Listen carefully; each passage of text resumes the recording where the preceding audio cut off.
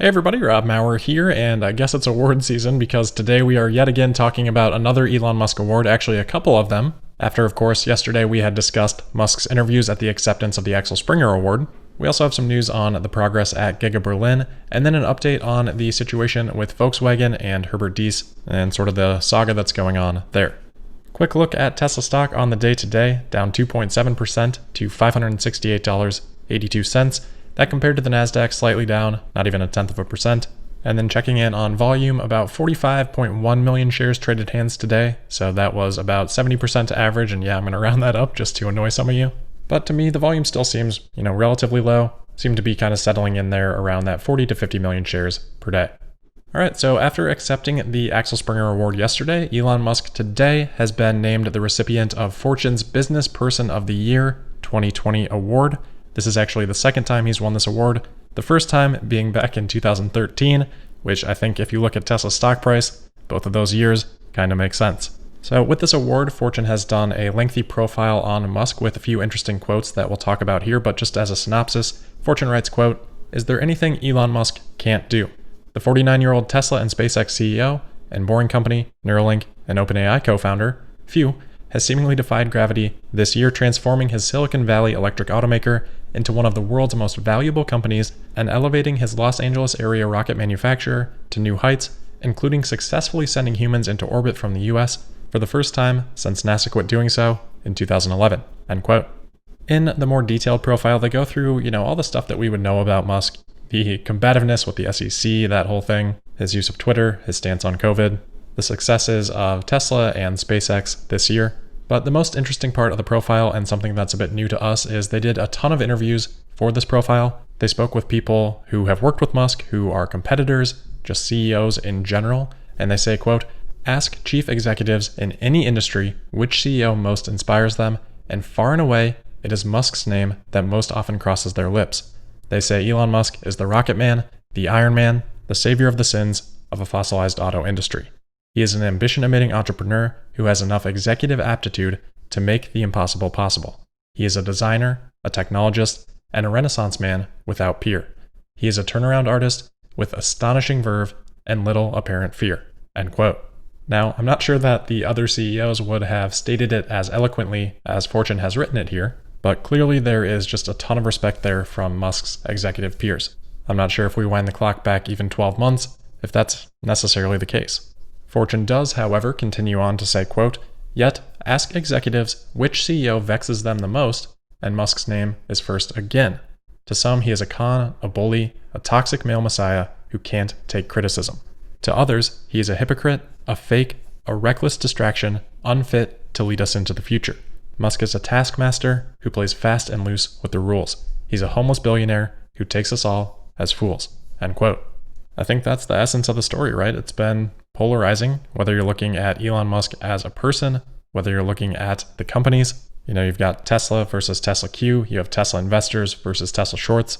Everything has been so polarized, but oftentimes the truth lies somewhere in the middle. Fortune wraps up this segment by saying, quote, "But those who know the man best say the reality is somewhere in between. Elon Musk is complicated, human even," end quote. As for those that have worked with Musk over the years, we've heard, countless stories of how that can be extremely challenging for any different number of reasons.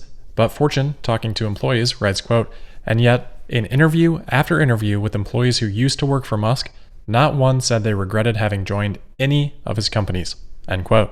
I mean, that's pretty impressive. They don't say exactly how many people they talked to here, but that's a pretty, at the end of the day, sort of question. All said and done, do you regret it? And the answer, a resounding no. I think that's important to remember, especially when, you see all these articles about Tesla's executive turnover, about how this insider left or that vice president left. First of all, a lot of that stuff isn't a statistical analysis anyway. And second of all, yeah, Elon Musk's organizations are very demanding, and not everybody wants to do that for their entire life. So I thought it was nice to see that sentiment in this profile. And then they actually wrapped it up with a similar sentiment. They asked these people that they spoke with what makes Musk such an effective leader, and they came up with 4 key lessons. Number 1, never innovate from the status quo. Number 2, hire brilliant people and challenge them to shine. Number 3, understand your customers' problems.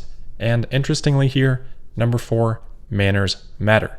They write, quote, Despite the brash reputation he has on the internet, people who know Musk best say he is extraordinarily polite and well-mannered, even under great pressure, a credit to his parents, one longtime colleague says, and an unheralded superpower when it comes to negotiating deals, end quote. So again here, I think we've all heard stories of the opposite nature, and again, I think the truth lies somewhere in between. There have probably been times where this is not the case, and it probably shouldn't always be. So anyway, an interesting read overall, and congrats to Musk on the award, though Fortune writes, quote, Musk declined to comment on the story, stating, quote, I don't wish to receive awards or recognition, end quote. I also think that Elon is not the biggest fan of Fortune. Back in 2016, they had an article about an autopilot accident that caused a lot of distraction. They used a general disclosure from an SEC filing to take boilerplate investing disclosures and then sort of misrepresented how those tied into their article. So in response, Tesla posted a blog post, perhaps even written by Elon, titled Misfortune, starting off with the line of, quote, Fortune's article is fundamentally incorrect, and then continuing on to describe the errors in the article. And I'm guessing that Elon probably has not forgotten about that situation. Anyway, moving on, I did mention a second award for Elon. This one I thought was just kind of humorous. This is from Automotive News. They're all-stars for the year, and they have selected Elon Musk as the 2020 All-Star Industry Newsmaker of the Year. So I had to laugh at that. Kind of a weird award in the first place. But yeah, makes sense that Elon won it. All right, next up here, some quick news on Giga Berlin progress. Lan Brandenburg is reporting that Tesla has received early start approval for their paint shop at Giga Berlin. Elon, in his Axel Springer interview yesterday, mentioned that one of the reasons they've been able to make such rapid progress in Berlin is because they're willing to take these risks on these early approvals, which essentially allow Tesla to go ahead and get started. But if the final permanent approvals don't actually end up being granted, then Tesla has to basically undo everything that they've already done. So it is a risk to build in advance off these sort of early or temporary permits. But that is the permission granted here for Tesla, so I would imagine for the paint shop, they'll continue to build in advance. Next up here, we'll stay in Germany. We have an update on the Volkswagen situation that we had talked about earlier this week. Remember, Group CEO Herbert Diess was scheduled to meet with the executive committee to discuss his future with the company, sort of all options being on the table, but really looking for a contract extension and a vote of confidence in Diess's strategy. So from various reports, we now have an outcome of that meeting, though not anything conclusive. Bloomberg writes, quote, a Volkswagen AG supervisory board panel ended a 3-hour meeting without a concrete proposal for diffusing internal tensions over Chief Executive Officer Herbert Diess's desire for a contract extension and more dramatic changes at the world's largest automaker. More talks are required ahead of a meeting of the full supervisory board next week, according to people familiar with the outcome of Tuesday evening's gathering. Discussions about Diess and selections for top management posts will continue in the coming days, said the people, who ask not to be identified because the conversations are private, end quote. So we will continue to stay tuned as this unfolds. Separately, VW did announce that Thomas Ulbrich, the head of e-mobility for the Volkswagen brand, has decided to leave the company for what VW says are private reasons, but VW rejected the idea that it was due to a conflict with Diess, but obviously, who knows. All right, that'll wrap it up for today then. As always, thank you for listening. Make sure you're subscribed and signed up for notifications. You can also find me on Twitter at Tesla Podcast, and I'll see you tomorrow for the Thursday, December 3rd episode of Tesla Daily. Thank you.